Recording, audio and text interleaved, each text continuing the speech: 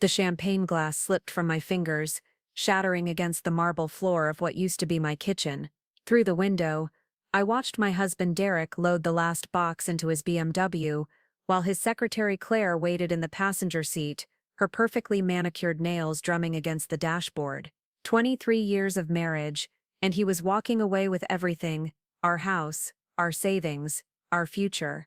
But what Derek didn't know was that in exactly 37 minutes, a delivery truck would run a red light on Maple Street, and my life would begin again. I'd love to know which corner of the globe you're watching from. And if this story speaks to you, make sure to subscribe. Tomorrow's video is one you absolutely can't miss. The morning started like any other Tuesday in suburban Connecticut. I woke up in our king-sized bed at exactly 6:15 a.m., the same time I'd been waking up for the past decade. Derek's side was already cold. He'd been leaving early for important meetings for months now. I should have known then, but hindsight is a luxury you only get once you're dead. I padded down to the kitchen of our colonial-style home on Elmwood Drive, the house Derek and I had bought when his construction company, Barrett Development, first started turning real profits. The morning routine was automatic coffee for two, even though Derek rarely drank his anymore, whole wheat toast, local news playing softly on the small TV we kept on the counter. The anchor was discussing rising property values in our area when my phone buzzed. A text from Derek: "Working late again tonight. Don't wait up." I stared at the message for a long moment, then deleted it without responding. It was the 14th working late text in 3 weeks. I'd started counting after finding the credit card statements he thought he'd hidden, dinners at expensive restaurants I'd never been to, jewelry purchases from stores that definitely weren't for me, and hotel charges that made my stomach turn. The house felt enormous around me as I got ready for work. 4 bedrooms,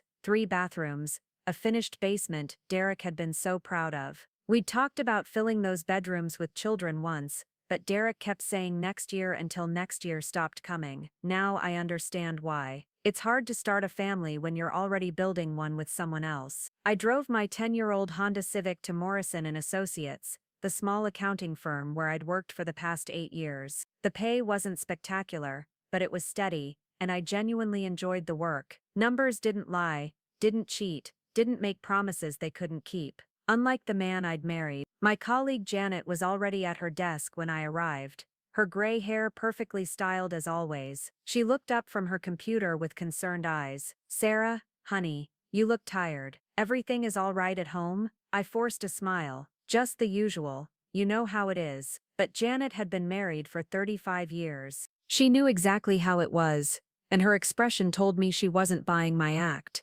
The day dragged on with the usual parade of tax returns and quarterly reports. I was reviewing the books for a local restaurant when my personal phone rang. Derek's name flashed on the screen, and for a moment, hope flickered in my chest. Maybe he was calling to explain. Maybe there was some misunderstanding. "Sarah, we need to talk." The hope died instantly. I knew that tone. "I'll be home by 6, I said quietly. "Actually, could you meet me at Riverfront Park instead? By the old oak tree?" The old oak tree. The place where he'd proposed 15 years ago. The irony wasn't lost on me. I left work early, telling Janet I had a family emergency. It wasn't entirely a lie. My family was about to implode. Derek was already waiting when I arrived, hands shoved deep in his expensive jacket pockets. He'd always been handsome, tall, broad-shouldered, with the kind of confident smile that had swept me off my feet in college. But now his face wore an expression I'd never seen before, guilt mixed with something that looked almost like relief. "Sarah," I stopped, running a hand through his dark hair. "This isn't easy." I sat down on the park bench, my legs suddenly unsteady. "How long?" "What?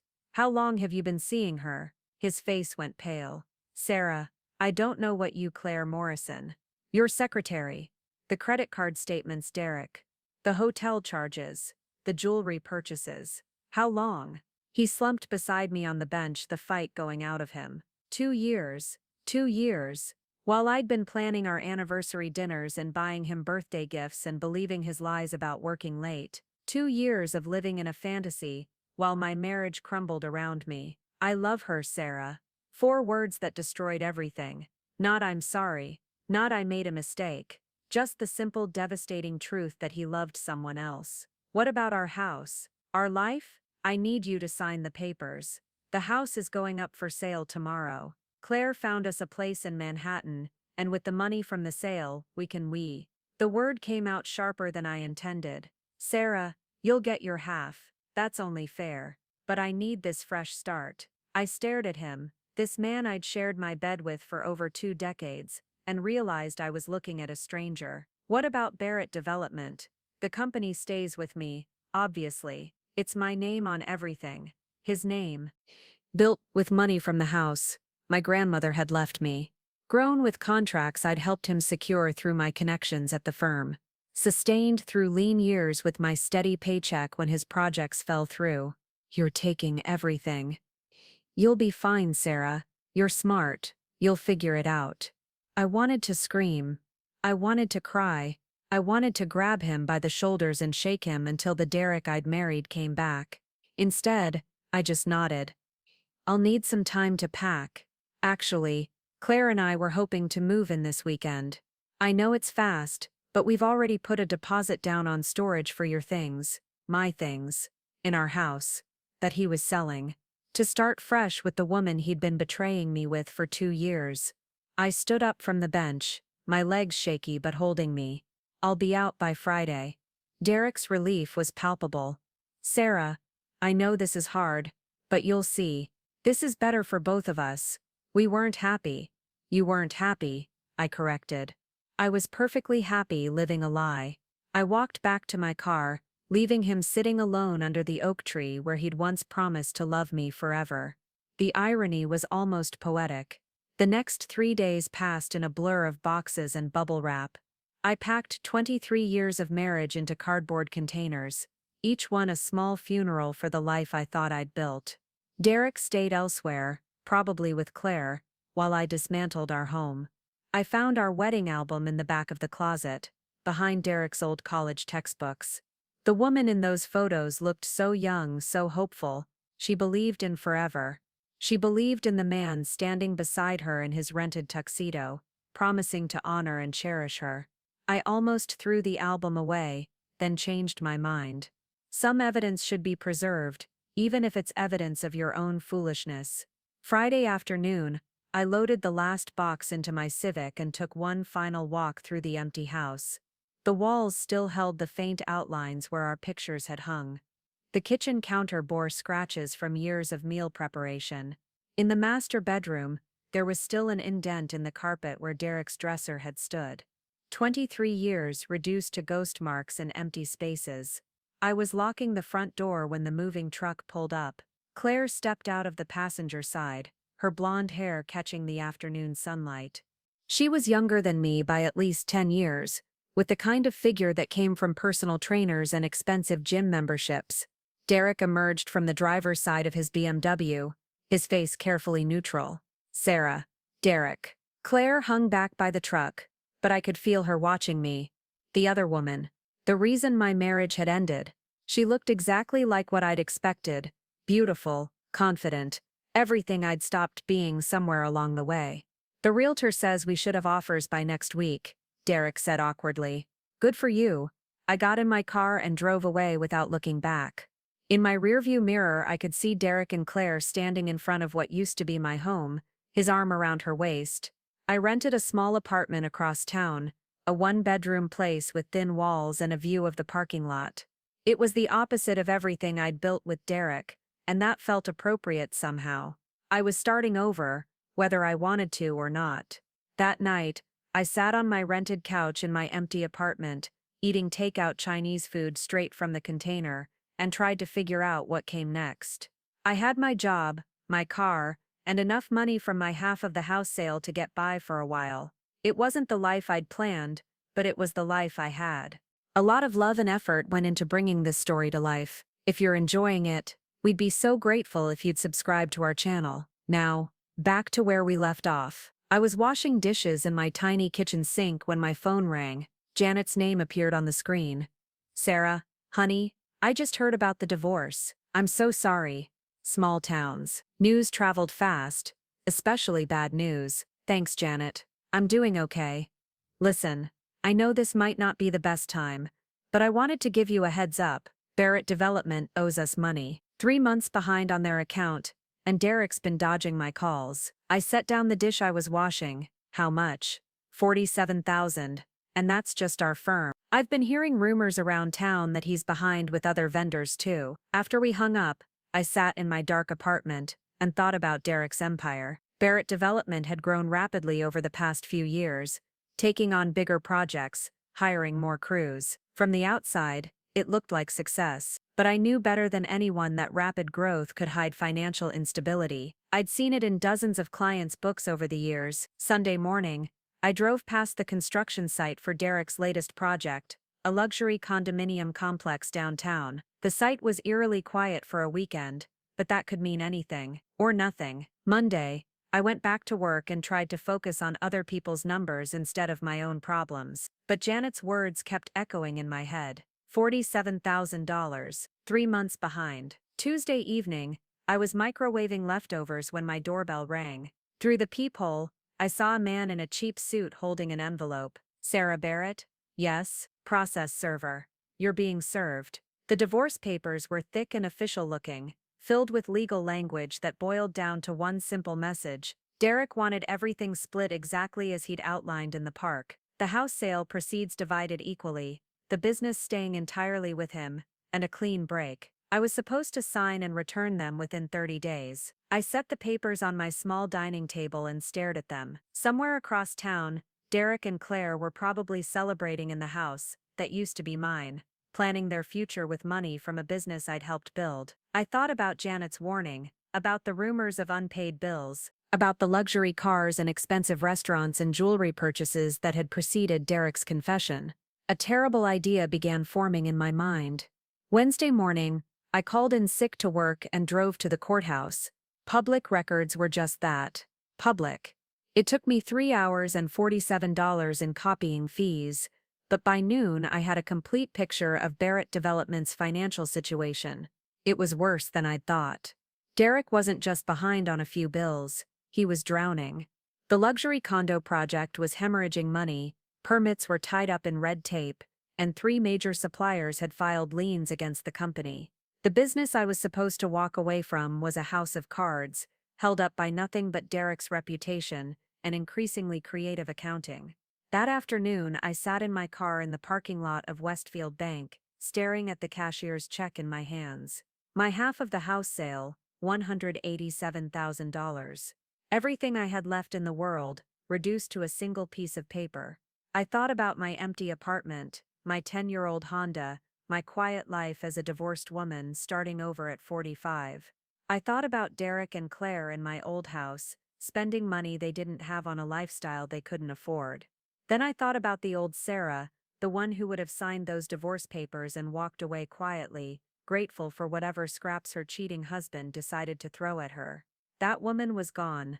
I walked into the bank and asked to speak with a loan officer about a business acquisition. The loan officer, a sharp-eyed woman named Patricia Wells, spread the Barrett Development financial documents across her mahogany desk like a crime scene investigator examining evidence. Her expression grew more concerned with each page she turned. "Mrs. Barrett, I have to ask, are you absolutely certain about this investment? These numbers are," she paused diplomatically, "concerning." I leaned back in the leather chair, my hands folded calmly in my lap. 3 sleepless nights of research had led to this moment. "I understand the risks, Miss Wells, but I also see the potential." What I didn't tell her was that I'd spent those 3 nights doing more than just studying balance sheets. I'd called in favors with clients, reached out to old college friends now working in real estate development, and even had coffee with my neighbor's husband who worked for the city planning department. The picture that emerged was crystal clear. Derek was brilliant at construction but terrible at business management. His company was bleeding money from a dozen different wounds. The Riverside Commons project alone represents a liability of over $2 million. Patricia continued, tapping her pen against the documents. "The permits are stalled, environmental concerns have been raised, and winter weather has delayed construction by 4 months. I'm aware," I said simply. "I'm also aware that the project has a signed contract with the city worth $8 million upon completion." The delays are fixable with proper management and adequate funding. Patricia studied me carefully. You seem very confident for someone with no construction experience. I may not know construction, but I know numbers. And I know people. I pulled out a folder I'd prepared. I've already secured preliminary agreements with 3 of Barrett Development's major creditors. They're willing to accept 50 cents on the dollar for immediate payment rather than pursue lengthy collection proceedings against an increasingly insolvent company. This wasn't entirely true yet, but it would be by the end of the week. I'd learned something important during my marriage. People respected confidence, even when it was mostly an act. The bank ultimately agreed to a bridge loan using my house proceeds as collateral, plus a line of credit against Barrett Development's assets once the acquisition was complete. It wasn't enough to buy the company outright, but it was enough to make Derek an offer he couldn't refuse. My next stop was downtown to the law offices of Brennan and Associates. Michael Brennan had handled the closing on our house 15 years ago, and I was betting he'd remember the substantial fee Derek had paid him over the years. "Sarah Barrett," he said warmly, rising from behind his desk. "I was sorry to hear about you and Derek. Divorce is never easy. Actually, Mr. Brennan, I'm here about a business matter. I want to acquire Barrett Development." His eyebrows shot up. "I'm sorry, what?" "Derek's company is in financial distress. I want to buy it." Michael sat down heavily. "Sarah, I have to advise you that this could complicate your divorce proceedings significantly. Derek's business interests are part of the marital assets being divided. Not if I buy the company before the divorce is finalized, then it becomes my separate property." He stared at me for a long moment. "That's actually quite clever. But Sarah, do you have any idea what you're getting into? Running a construction company isn't like managing household finances." "You're right," I agreed. "It's much more complicated. That's why I'll need excellent legal representation to structure the deal properly." 3 days later, Michael and I sat across from Derek and his attorney in a sterile conference room downtown. Derek looked confused and slightly panicked, like a man who'd been expecting a routine signing only to discover he was being audited by the IRS. "I don't understand," Derek said, looking back and forth between the papers in front of him in my calm expression. "You want to buy my company?"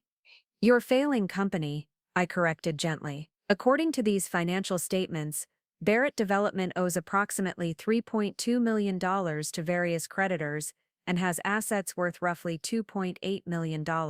That's a net worth of negative $400,000. Derek's attorney, a nervous man named Phillips, cleared his throat. "Mrs. Barrett, while your offer is generous, we'd need time to consider." "Actually, you don't," Michael interrupted smoothly. "Mr. Barrett personally guaranteed most of these debts. If Barrett Development declares bankruptcy, he'll be personally liable for the shortfall. That's roughly $400,000 in personal debt, plus the associated legal fees and the complete destruction of his professional reputation." I watched Derek's face go pale. "You can't be serious. I'm offering to pay off all company debts, assume all contracts and obligations, and give you a clean slate to start over," I said. "In exchange, you transfer 100% ownership of Barrett Development to me. Your personal guarantees are dissolved, your credit remains intact, and you walk away with no financial liability." "But it's my company. I built it from nothing." "You built it into debt," I replied, matter-of-factly. "I'm offering to dig it out." Derek's attorney whispered urgently in his ear, but I could see the defeat in Derek's shoulders. He knew the numbers as well as I did. Better, actually, since he'd been living with the growing debt for months. "What about the Riverside Commons project?" he asked, weakly.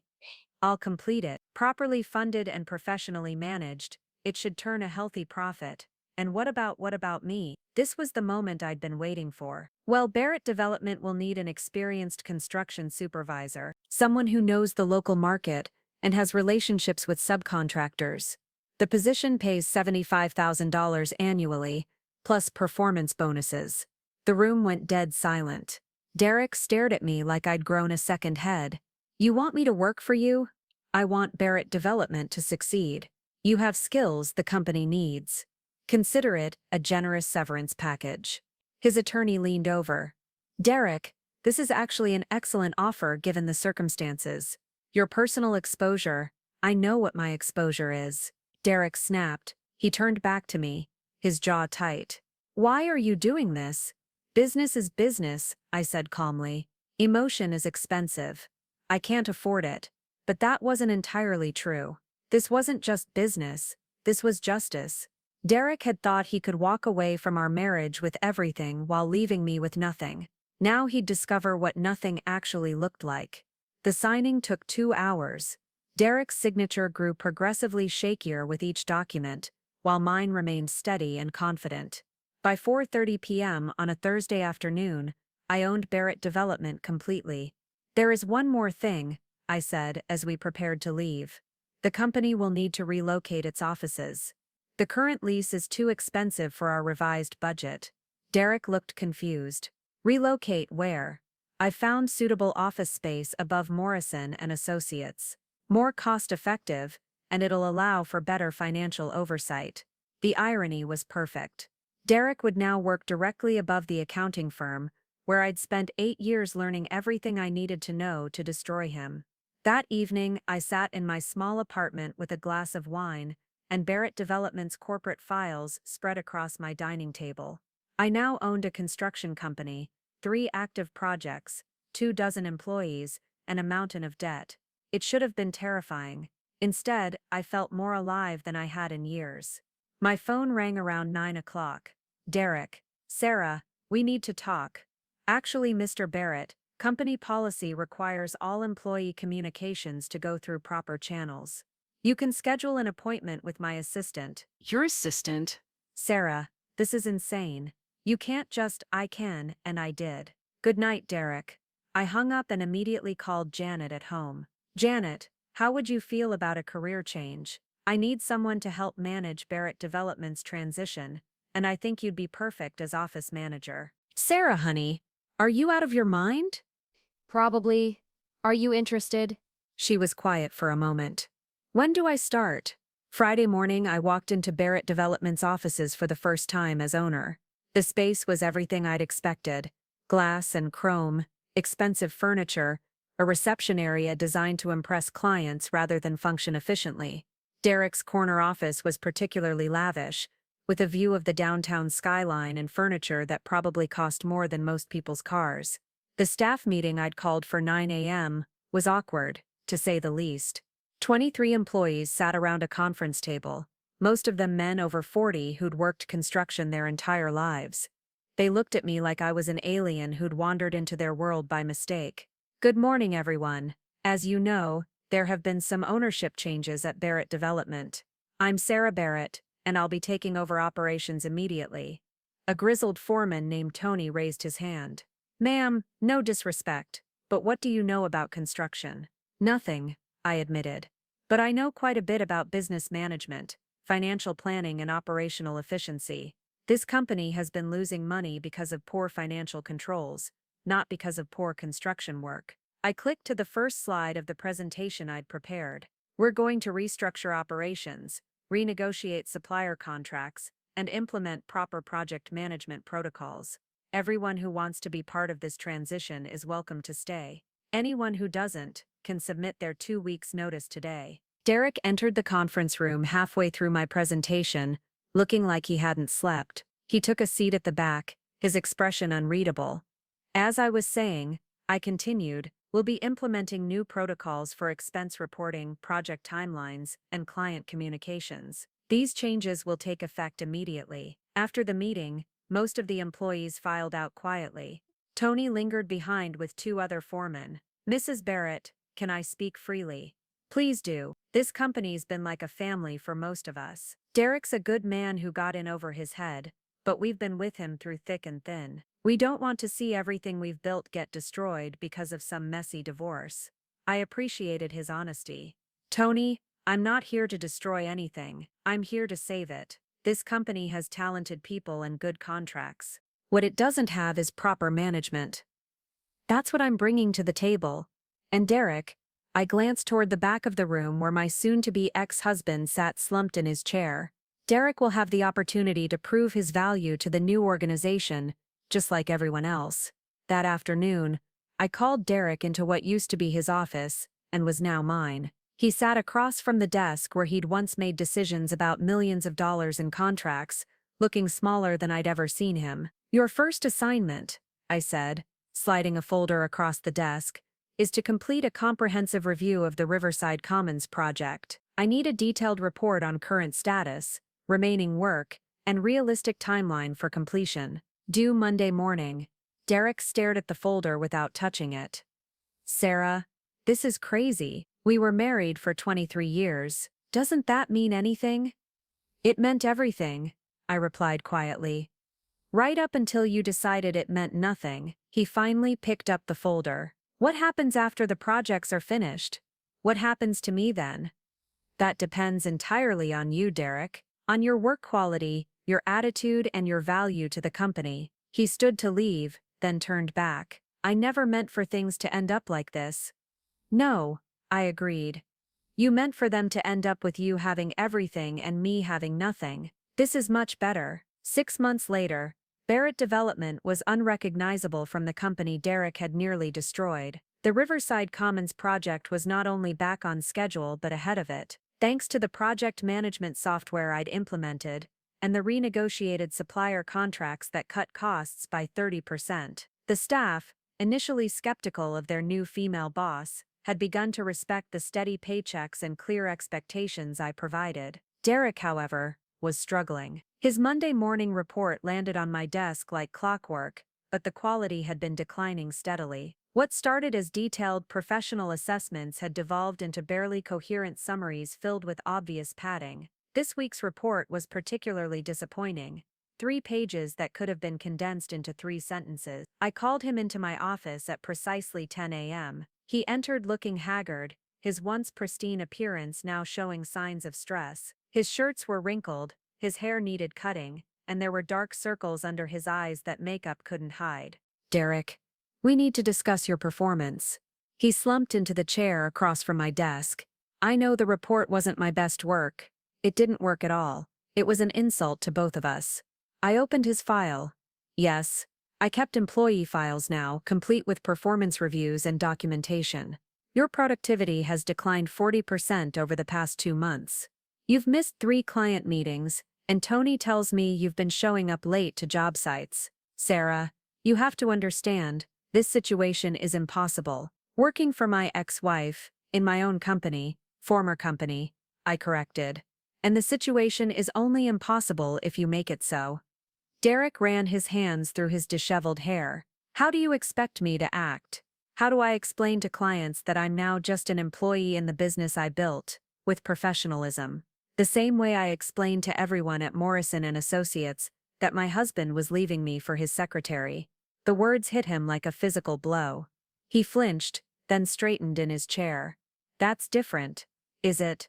Because from where I'm sitting, it looks exactly the same. Life handed you a situation you didn't like, and now you have to deal with it like an adult." I pulled out a formal document I'd prepared that morning. "This is a performance improvement plan. You have 60 days to bring your work quality back to acceptable standards. Failure to do so will result in termination." Derek stared at the document without picking it up. "You'd really fire me?" "I'd fire any employee who wasn't meeting expectations. You don't get special treatment because we used to be married." "Used to be? The divorce isn't even final yet. A technicality. Our marriage ended the moment you decided Claire was more important than the life we'd built together." He finally picked up the performance plan, scanning it with defeated eyes. 60 days. 60 days to prove you still have value to this organization." After he left, I sat alone in my office, Derek's former office, and allowed myself a moment of satisfaction. The mahogany desk where he'd once made million-dollar decisions now held my coffee cup and family photos. The view he'd enjoyed for years now belonged to me. But more than that, the power he'd wielded so carelessly was now mine to use responsibly. My assistant Janet had proven invaluable in the role, buzzed through on the intercom. "Sarah, Claire Morrison is here to see you. She doesn't have an appointment." I almost smiled. I'd been wondering when she'd show up. "Send her in."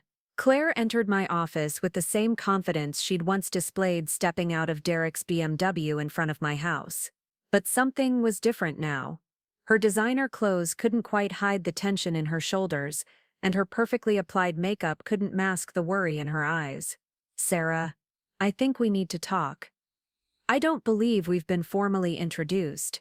I'm Sarah Barrett, owner of Barrett Development. You are? The petty formality wasn't lost on her. You know who I am. I know you were Derek's secretary before he sold me his company. Are you here in a professional capacity? Claire sat down without being invited, crossing her legs and trying to project an authority she no longer possessed. I'm here about Derek. This whole situation is destroying him. Employment can be challenging for some people. Perhaps he needs career counseling. Don't play games with me. You bought his company just to humiliate him. I leaned back in my chair, studying her carefully. Up close, Claire looked older than I'd initially thought.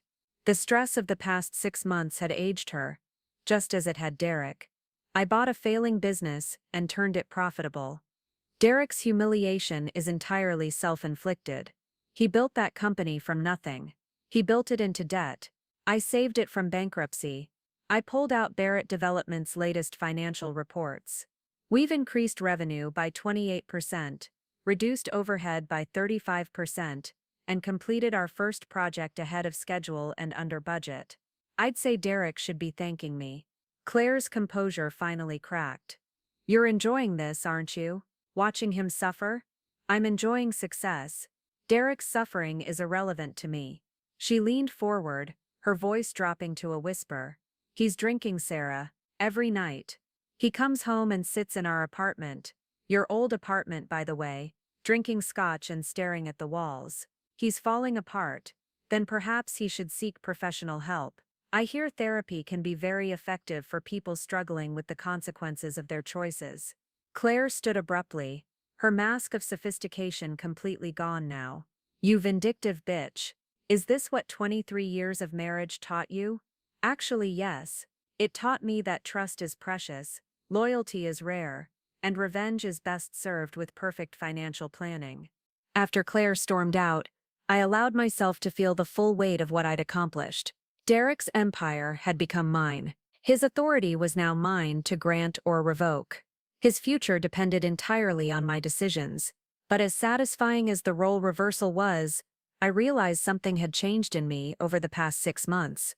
The broken woman who'd packed boxes in that empty house was gone, replaced by someone harder, smarter, and infinitely more dangerous. 2 weeks later, Derek's performance hadn't improved. If anything, it had gotten worse. His latest report was submitted 2 days late and contained factual errors that could have cost us a major contract if I hadn't caught them. I called him into my office on a Friday afternoon, his termination letter already prepared. Derek, please sit down. He entered looking like a man walking to his execution, which, in a way, he was. Sarah, I know what this is about. The Henderson report had some issues, but the Henderson report was unacceptable. But that's not why you're here. He looked confused, a flicker of hope crossing his face. I'm here to offer you a choice, I continued. You can accept termination with a standard severance package, or you can accept reassignment. Reassignment? Barrett Development has secured a major contract for a housing development in Phoenix, Arizona. It's a 2-year project that will require on-site supervision from someone with extensive construction experience. Derek's confusion deepened. You want to send me to Phoenix? The position pays the same salary, includes housing allowance, and offers significant opportunities for career advancement. Upon successful completion of the project, you'd be eligible for promotion to Regional Operations Manager. I don't understand. Why would you offer me this? I had prepared for this question, but the honest answer surprised even me, because despite everything that's happened between us, I've spent 6 months watching you destroy yourself with guilt and self-pity. It's pathetic, and it's beneath the man I once respected. Derek stared at me, speechless. The Phoenix Project is a chance for you to rebuild your professional reputation away from all this drama. It's a chance to prove you're still capable of excellence when you're not drowning in your own mistakes. And if I refuse, then you're terminated today, and your career in this industry is effectively over. No one hires construction supervisors from failed companies. He sat in silence for a long moment, processing the unexpected lifeline I was offering. Why, Sarah? After everything I did to you, why give me this opportunity? I considered lying, giving him some noble speech about forgiveness and moving forward. Instead, I told him the truth, because my revenge is complete. I took everything you valued, your company, your authority, your financial security, and I proved I could manage it better than you ever did. Destroying you completely would be redundant. Derek nodded slowly, understanding finally dawning in his eyes. So this is it? This is how it ends? This is how it begins again. For both of us. He signed the reassignment papers that afternoon. 2 weeks later, I watched from my office window as Derek loaded his belongings into a rented truck, Claire standing beside him with tears in her eyes. They were starting over in Phoenix with nothing but Derek's salary and whatever remained of their relationship. I felt no satisfaction in watching them leave, no sense of victory or closure. Instead, I felt something I hadn't experienced in years: peace. That evening I sat in my small apartment. I'd never moved out, preferring its honest simplicity to false luxury, and finalized the divorce papers that had been sitting on my table for months. My signature was steady and sure. Barrett Development continued to thrive under my leadership. The Phoenix project was a success, and Derek's reports from Arizona showed marked improvement in both quality and timeliness. Claire, I heard through industry gossip, had found work with a local real estate firm and seemed to be adapting well to their new life. As for me, I discovered something unexpected in the ruins of my marriage. I was actually quite good at running a construction company. The skills that had made me a competent accountant, attention to detail, financial acumen, and the ability to manage difficult personalities, translated perfectly to business ownership. 6 months after Derek left for Phoenix, Barrett Development landed its largest contract ever, a mixed-use development worth $12 million. The success felt sweeter than any revenge I could have imagined. Sometimes, the best way to win is not to destroy your enemies, but to become so successful that their actions become irrelevant. Derek had tried to leave me with nothing, but in doing so, he'd forced me to discover everything I was capable of achieving. The broken woman who'd watched her husband drive away with his mistress was gone forever. In her place stood Sarah Barrett, successful business owner, respected industry leader, and living proof that the end of one story can be the beginning of something far better. Some people get second chances, others create them. Looking for more? We've got 2 amazing stories ready for you right on screen. If this one touched you, these are absolutely worth your time. Click to watch them now. And hey, subscribe and hit that bell to never miss our latest uploads.